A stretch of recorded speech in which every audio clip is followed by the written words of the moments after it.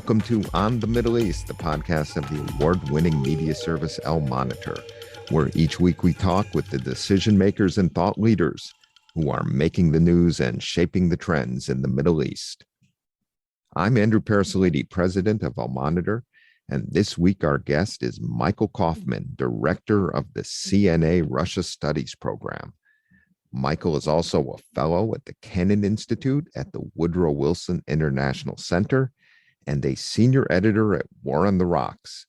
His research and writings focus on Russia and the former Soviet Union, and he specializes in the Russian armed forces, military thought, capabilities, and strategy. My conversation with Michael Kofman about Russia's role and interest in the Middle East and what it means for the United States begins now.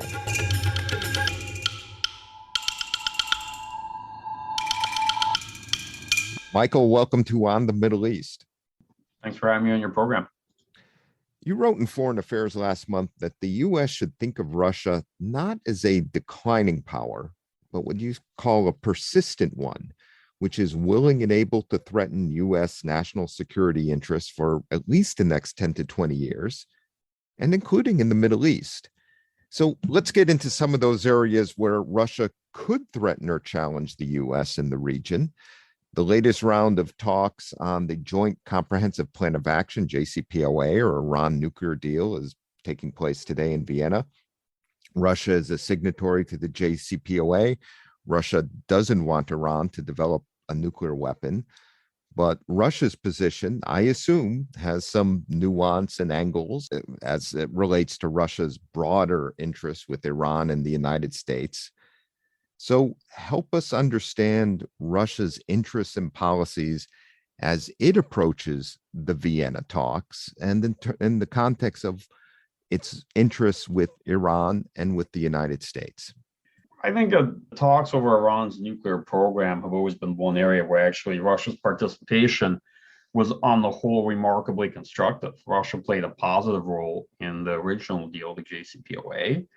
It played a positive role over a decade ago in supporting sanctions on Iran that potentially got Iran there. It had often actually offered proposals to find different ways out, such as removing fissile material produced by Iranian reactors and the like, which Iranians ultimately didn't agree to. I think that Russia does overall support finding a way to restore the deal done under the Obama administration. I don't think Russia at all supports the U.S. position that Iran has to reverse course and the developments that were sort of breakout that they've done since then. Before the U.S. lifts sanctions, often Russia might take more the Iranian position on what needs to happen for the deal to move forward. I think there's also strong skepticism, though, that there's going to be any return to JCPOA within the coming year. On the whole, Moscow doesn't want Iran to get nuclear weapons. It also doesn't want for there to be a U.S. or an Israeli attack on Iran either in a broader war in the Middle East. I think it would like for Iran to have access to economic resources so that Iran can be a useful partner, so that they can buy Russian weapons and the like. There are benefits to Iran having access to the proceeds from its energy sales.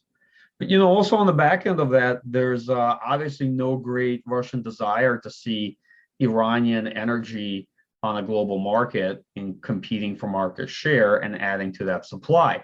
So as you can see, there are a lot of sort of hands intellectually that Russia has to square in how it approaches both relations with Iran and the broader implications of talks over Iran's nuclear weapons program.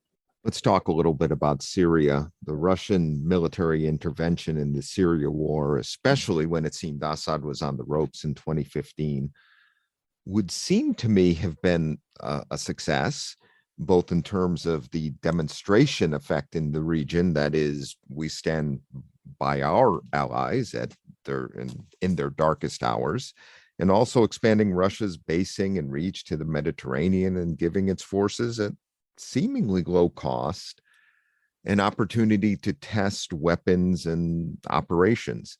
Does this sound right to you? And how does Russia view its experience in Syria during the war? Generally so. I think that both from the perspective of the political establishment and the military, Syria is a remarkable success, and a fairly cheap one too. It really doesn't cost much to maintain the force there. The Russian force in Syria typically ranges somewhere between 4,000 to 6,000 personnel, and that's sort of barely exceeding the size of one brigade. It's essentially a mixed aviation regiment with contractor and force protection support and the like. Russia's clearly very much entrenched in Syria. It's building Tartus into a real naval base where now there's, to some extent, a permanently deployed force that can rearm, resupply, and over time will be able to repair. It's expanded its footprint somewhat in Syria. And let's use Syria as a logistical springboard throughput for deployments to Libya and in other places in the Middle East, which is why it's become very lucrative. I think from a political perspective, Syria allowed Russia to intervene and deliberately use force to, yes, change Assad's fortunes, to change the political positions of other actors intervening in Syria, including us and Turkey and the like. Assad largely was able to destroy the opposition. He still continues to fight. His force continued to fight over Idlib, and that's an unfolding saga.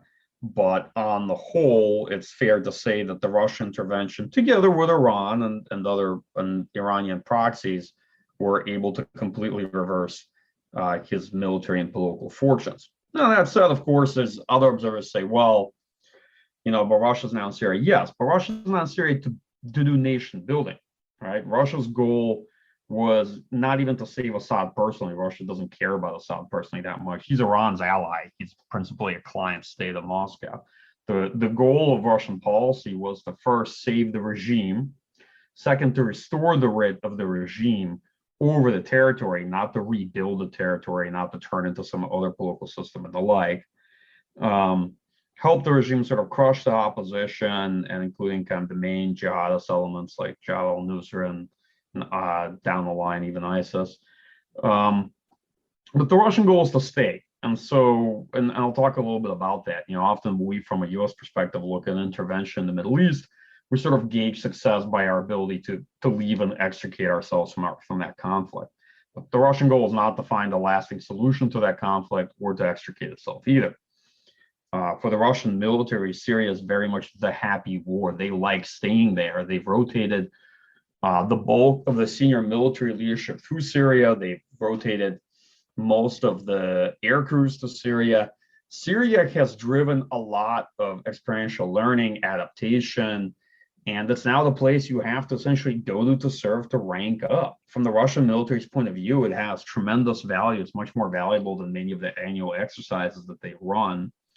And they've been cycling a lot of military leadership and personnel through that conflict to get experience in planning, to get some experience in combat, although it's primarily Russian airspace forces that have been involved, to essentially bloody the force. And the casualties in Syria have been very, very low. In fact, many of them are actually primarily from transportation accidents. You can have probably a third, if not more, of the Russian casualties were from instance of getting forces into and out of theater. So the operation is readily sustainable. It allows for immense data gathering, because it's not, from a Russian military point of view, an operation where they're fighting kind of a low-end insurgent force. One of the biggest boons is a daily interaction with U.S. forces or coalition Israeli forces, and allows for immense data collection, to be able to sit in between two U.S. cruise missile strikes and get a much better sense of what that looks like. Because they have a lot of surveillance, reconnaissance platforms there. They're doing a lot of ELINT and SIGINT.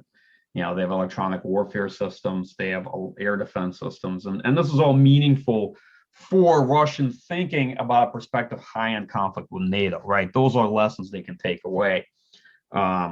Sort of destroying what they call Shahid mobiles, improvised VIEDs and the like. That's far less interesting, although there are tactical innovations and lessons they've taken away from the conflict. So long story short is they're in Syria to stay. The military really likes this war and thinks it's very useful for its purposes. And the political leadership sees it as one of the pillars of Russia's return to the Middle East, and newfound recognition that yes, Russia is not just a regional power; it is a power capable of shaping events outside of its immediate region. Let's talk a little about the Russian diplomacy around Syria. It seems to me that Putin has been trying for years to work what I've called a series of bank shots. He's trying to reconcile Damascus and Ankara, leveraging both concerns about the Kurds, and meanwhile trying to manage Iranian influence and mitigate some of Israel's concerns. Both of these efforts have been frustrating and frustrated. What do you see in the Russian objective of all this diplomacy? And if you could also comment on the kind of personal touch that it seems Putin likes in all his dealings, including with Turkish President Recep Tayyip Erdogan. Putin also had a very good relationship with former Israeli Prime Minister Benjamin Netanyahu. How does he see his role, and how does he view his counterparts in the region?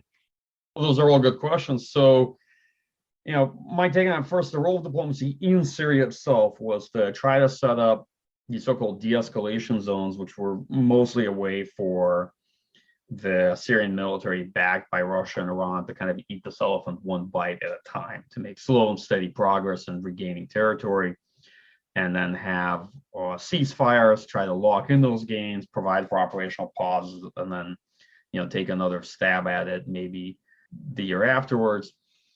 And in looking at diplomacy with other actors, so those are all different and complex relationships. I think the first people Russians actually told when they were going to deploy were probably the Israelis, and that's the relationship they wanted to deconflict right off the bat, because Israel is the principal power in that part of the Middle East. And for a long time, Netanyahu enjoyed sort of a unique position of being fully supported by both the United States and also by Moscow at the same time. I think that relationship had been fraught with difficulty in during the height of the Israeli-Iranian war of attrition that began unfolding in 2017, 2018, because that was definitely the one war in the Middle East that Russia didn't come to Syria for. And they were very much at risk in the middle of it, and deeply frustrated by having to deal with Israeli strikes, Iranian encroachments, and transshipments to Hezbollah and the like. And, it cost the lives of Russian soldiers, particularly in that IL-20 shoot-down incident, where Syrian air defense, which has a tendency to miss the Israeli Air Force and then begin firing after the fact when the Israelis are gone, shot down the Russian reconnaissance plane. But looking more broadly, I think that on the whole, Russia's comfortable relationship they have with Israel, the really difficult relationship that's fraught with complications, one with Turkey, where, at the personal level, yes, Vladimir Putin is able to regularly talk to Erdogan. In fact, I think Erdogan's the one leader in the world that calls him the most, and they regularly resolve things at that level. But the reason they have to have so many calls is because their establishments are broadly disagreeable, right? The Russian military and other parts of the Russian establishment see themselves in a host of proxy wars with Turkey, one in Syria, one in Libya, one in Nagorno-Karabakh, being on opposite sides of that conflict. Turkey seen by Russia as a country that with whom they try to compartmentalize relations, right, where they have areas of competition and areas of cooperation. The economic relationship is somewhat asymmetrical. That is, Turkey depends much more on that part of the relationship with Russia than Russia depends on Turkey. I'm of course painting with a broad brush here, but I definitely think that relationship is the most problematic one for Moscow. And you could see areas of deep miscalculation. Early on, when Russia deployed to Syria, they actually thought that it was a relatively friendly and broadly accepted deployment until Turkey shot down their Su-24 in November 2015. And there was deep anger in Moscow, not so much at Turkey, but actually at themselves, because they felt that they knew Erdogan really well, and they had miscalculated on an understanding of what kind of leader he is. He's kind of viewed as, I think, more of a gambler and a rash, more emotional decision maker in Russia.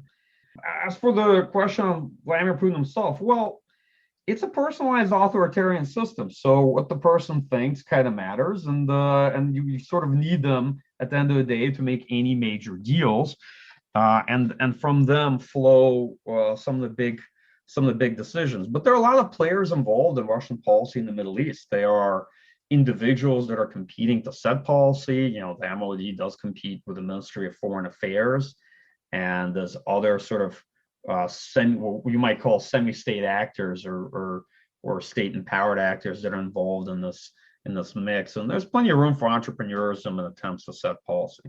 So I'm sorry if I've kind of woven a complex story.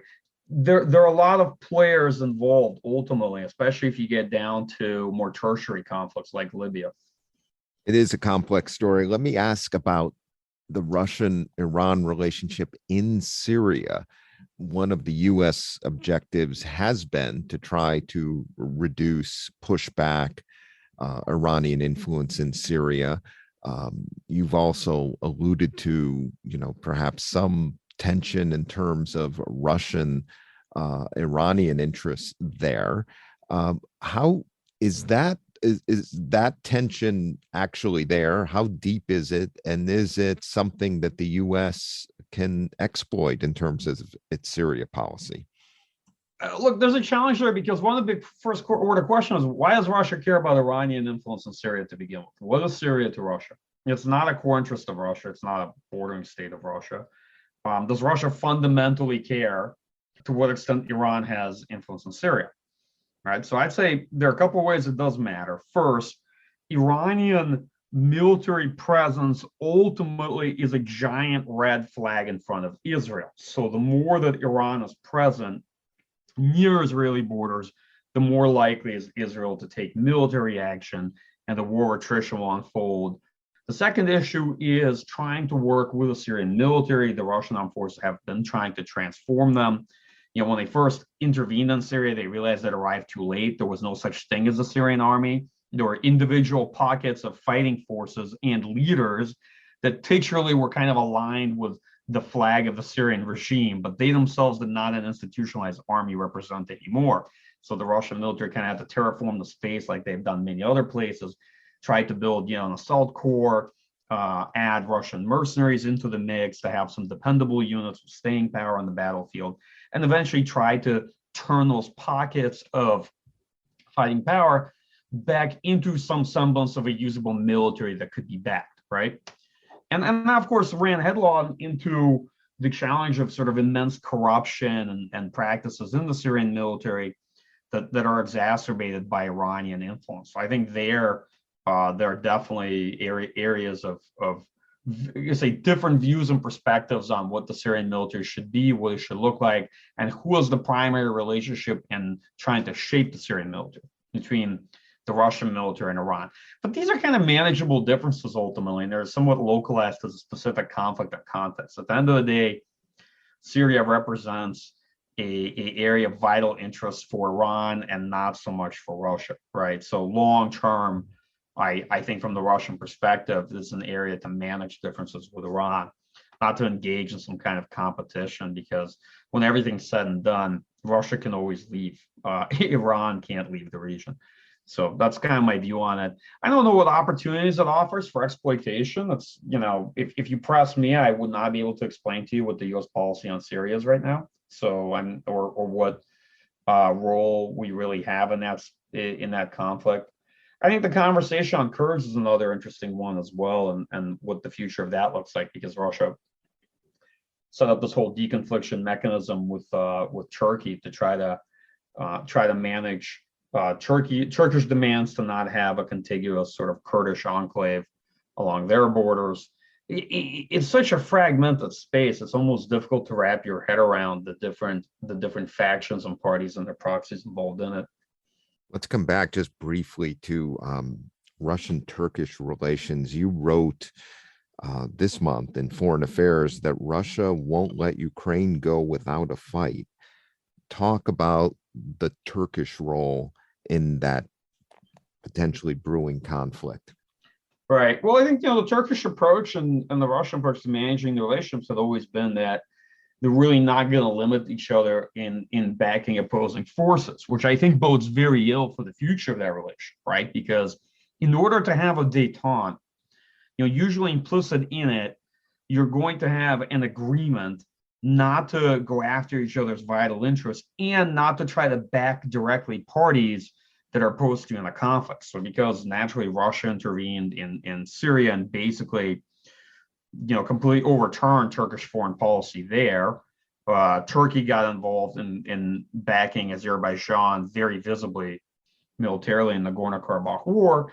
Turkey's had no problems and no qualms with defense cooperation with Ukraine, and Russia's been in this ongoing war with Ukraine since 2014. So I think from a Russian perspective, probably the Turkish provision TB2 drones to Ukraine doesn't make any difference militarily, and I want to clarify why. All this tactical and military stuff doesn't matter. It's not a game changer at the operational strategic level, and it means nothing at the political level. Like, politicians don't really understand how a lot of military technology works. Most of what they do know is usually wrong, and they're not very well informed in decisions when it comes to questions of war on the basis of, tactical level military advantage in these things. So, there's no direct connection between the TB2 drone that Ukraine acquired and anything that's happening at the political level. Just international politics simply doesn't work that way. But what it does matter for is Russian perception that Turkey is actively going to back Ukraine, at least in a sense that it is providing them key defense articles. And that is a very unfriendly political move from a policy perspective, right?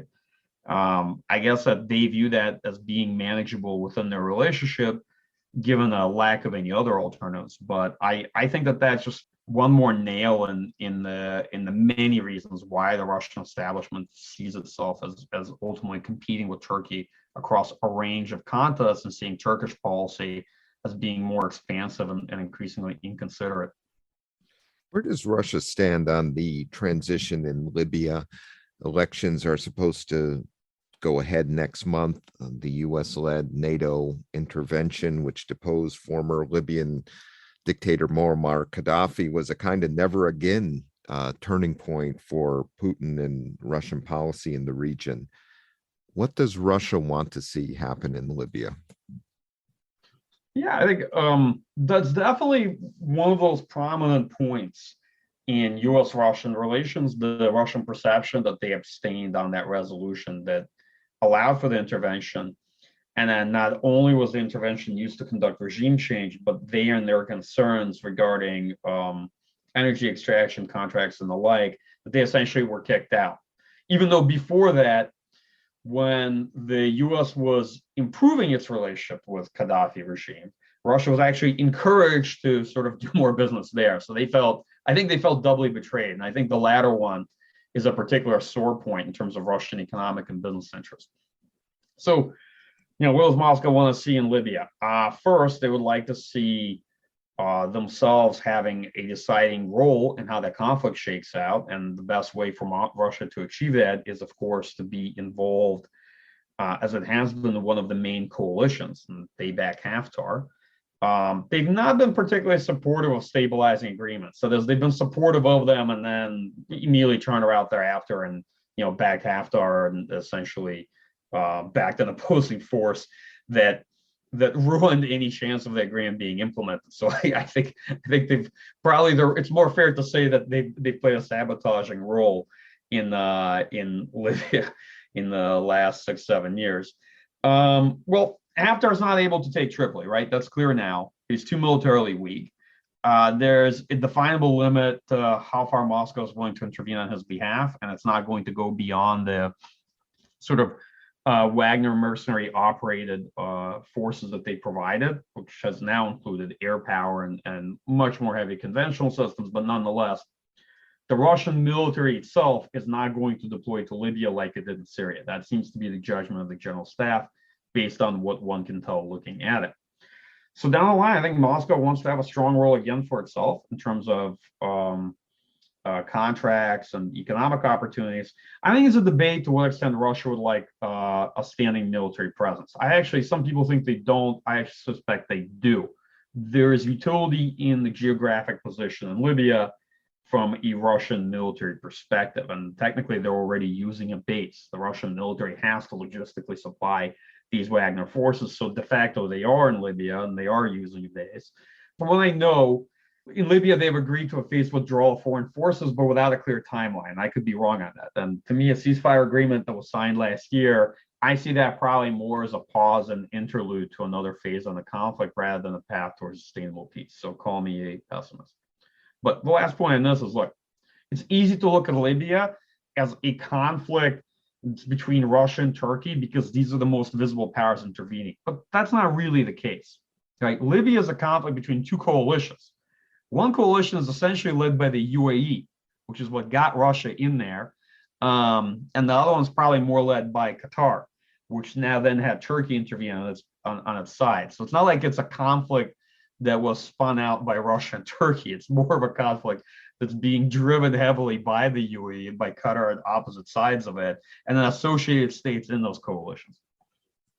Do you see any opportunities for Russia to challenge U.S. influence in any of the other theaters or countries where the U.S. has had substantial influence, such as in the Gulf, in Egypt, or elsewhere?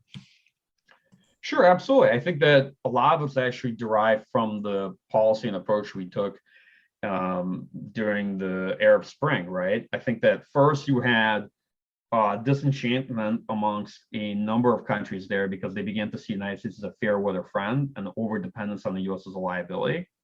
Second, you have the sort of alternative actor effect that is after decades of having no external actor in the Middle East, really, besides the United States. Russian intervention in Syria showed if Russia could save Assad, then it's a country worth dealing with to some of these other dictators, and they naturally could see that, you know, building relationship and ties with Moscow is meaningful because if Moscow can shape some events in the Middle East, yeah, it's naturally no substitute for the United States. But that doesn't matter.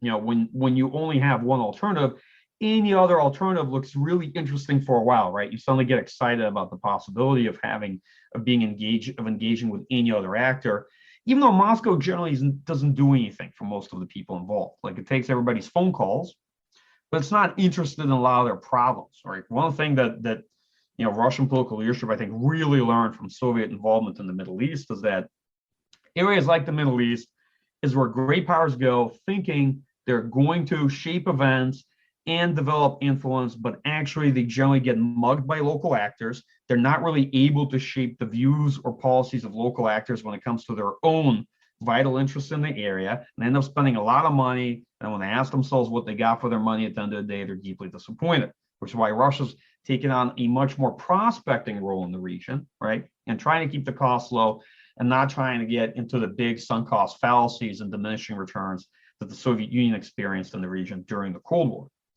But one area there's a clear similarity is that, you know, it's gone back to this region, both prospecting for economic benefits, for external legitimacy, but as an opportunity, right? The Middle East and Africa writ large is a flank theater in a broader competition with the United States. The primary theaters, obviously, Europe has been, is, and probably will be for a long time to come, but a really good flank theater for Moscow to try to take up and contest the United States is this area. Doesn't have fixed alliance blocks, like, let's say, NATO, for example. It has countries with a lot of conflicting foreign policies. There are a lot of wedges between those countries and the United States. And U.S. influence has been, at least from a Russian point of view, on a relative decline, not just globally, but particularly in this region post-2011. So it offers a lot of opportunities. Whether Russia walks away with anything meaningful from there, up for debate. That's a whole separate question altogether. But you quickly see sort of the expansion of Russia's role in small ways. We shouldn't aggrandize the story, but outside of its region to adjacent regions, like Middle East, like Africa, and then even further afield to, you know, countries like Venezuela, where, hey, Russia doesn't have a deciding role there, or anywhere in Latin America. But it is interesting that it is able to project influence to some extent in order to contest U.S. foreign policy preferences, actually in, you know, a region that the Washington establishment often sees as its own. So here, this is kind of where the narrative of a global Russia emerged. I think there's considerable debate whether, you know, how much is really there. But I do think it's significant to appreciate how much of an activist foreign policy Russia has developed post 2014, how this confrontation had led them to take on pursue a much larger role in international politics. In some respects, it forced them to do it, I think, because they really lacked alternatives because of the pressure they were facing, and try to really establish a sense of Russia as a great power and as a global actor outside of its immediate region. Michael, last question. How does Putin view the challenges and opportunities when he's looking at the transition from Donald Trump to Joe Biden? Putin and Trump seemed on a personal level to get along fine, although there were U.S. sanctions and many divisive issues. He also has known Biden over the years. How has he been looking at U.S. policy from his perspective, and what's he looking to achieve in the coming years? Well, I'm going to give a sense of how I think Moscow views this writ large. I mean, I personally don't know what Putin thinks. Anyone who says they can read Putin's mind is trying to sell you something. But I think that overall, the takeaway in Moscow and the Trump administration was that this was broadly a very terrible period because Donald Trump was not able to deliver anything his own policy establishment when it came to deals made. Russia became a domestic political issue in the United States as opposed to a foreign policy issue, which is what they want it to be. And the way they got there is by meddling in the elections. So I don't know what lessons they learned from that, but I think the big takeaway was it was a frozen period in many ways in U.S.-Russia relations. And it underscored the Russian perception that it doesn't matter who's the president of the United States. Their conflict is ultimately with the U.S. policy establishment. And that policy establishment will hand tie any president who wants to pursue a more positive relationship. And there's no reason for a U.S. president to spend political capital to pursue a more positive relationship with Moscow. So the takeaway from the Trump administration on the whole was that it was all bad and nothing got better during this time period. And to some extent, it was unpredictable, which Russian elites really dislike. The only thing they like with the Trump administration is that it really put into a tailspin America's reputation, and it created big wedges between the U.S. and its allies. So it also tied U.S. hands as well. Looking into the Biden administration, I think that they fully agree on the course taken of strategic stability, right? Which is kind of a détente light or a détente minus. I don't think the administration would want to call it that, but it's kind of how it reads, is sort of less substantive détente. I think they really don't like that the Biden administration continues this mantra of Russia, let's just say non-decline, but there's a sense that it's sort of cornered and there isn't a lot of learning that I think had been necessarily happened there from the Obama administration. But in general, the real Russian problem with this administration is that it wants to focus on China. And they're very worried about being relegated to a much lower tier priority. And that only encourages trying to get attention, trying to get on the agenda. On the whole, I think that they probably rather welcome the Biden administration. The Biden administration's agenda, from a practical standpoint, makes sense. Some are things Moscow wants to pursue. The big challenge is that the fundamental problems in strategic stability include the unsettled issue of Ukraine, right? And that's very much going to end up being on the agenda one way or another. Even if the United States wants to focus on other issues pertaining to strategic stability, it is very hard for Moscow to agree to strategic stability if there's no kind of modus vivendi or understanding on the way forward when it comes to Ukraine. And that's coming very much to the fore right now. In fact, we started the year with Ukraine being somewhat a centerpiece. So I think that's going to be one of the challenges. I'll conclude on this. I do think that one of the problems we have is a failure to realize how unstable the former Soviet space is, that these are ultimately still conflicts, these are wars of Soviet succession, and that it is very possible that there will be another significant war in Eastern Europe, either resulting from the crisis in Belarus or a repeat war between Russia and Ukraine. And I think any administration policy folks need to take that seriously, no matter how much they want to focus U.S. strategy on China. And that's the reality, is that world affairs are not going to agree with your agenda and how you prioritize things. Michael, thank you for taking the time to speak with us today. Really enjoyed this. Pleasure having you on the Middle East. Yeah, absolutely. Thanks for having me on your program. We will return after this short break.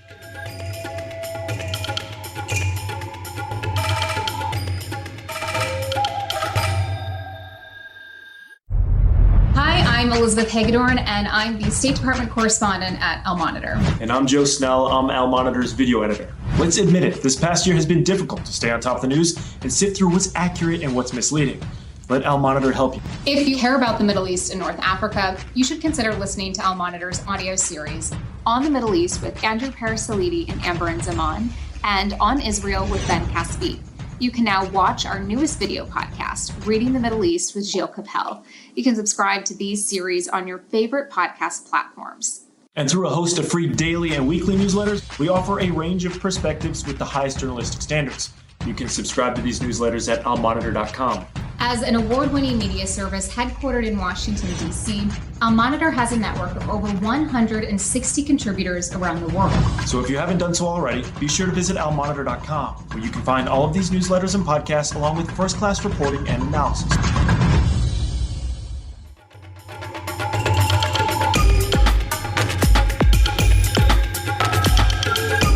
Thanks to our guest, Michael Kofman, and our production team of Phil Calabro of Al Monitor and Beowulf Rockland of Two Squared Media Productions. We will return next week, and if you haven't done so, please sign up for all three of our Al Monitor podcasts at your favorite podcast platform. Reading the Middle East with Gilles Capel, and Gilles' guest this month is former U.S. Ambassador to Israel, Martin Indyk. And Martin is talking with Gilles about his new book, Master of the Game, about Henry Kissinger's Middle East diplomacy. And On Israel with Ben Caspit, whose guest this week is Israel's Environmental Protection Minister, Tamar Zandberg. And of course, this podcast, On the Middle East, where next week Amber and Zaman will be interviewing another decision maker or thought leader in the region. Thank you all for listening, and please keep up with all of the news and trends in the region at almonitor.com.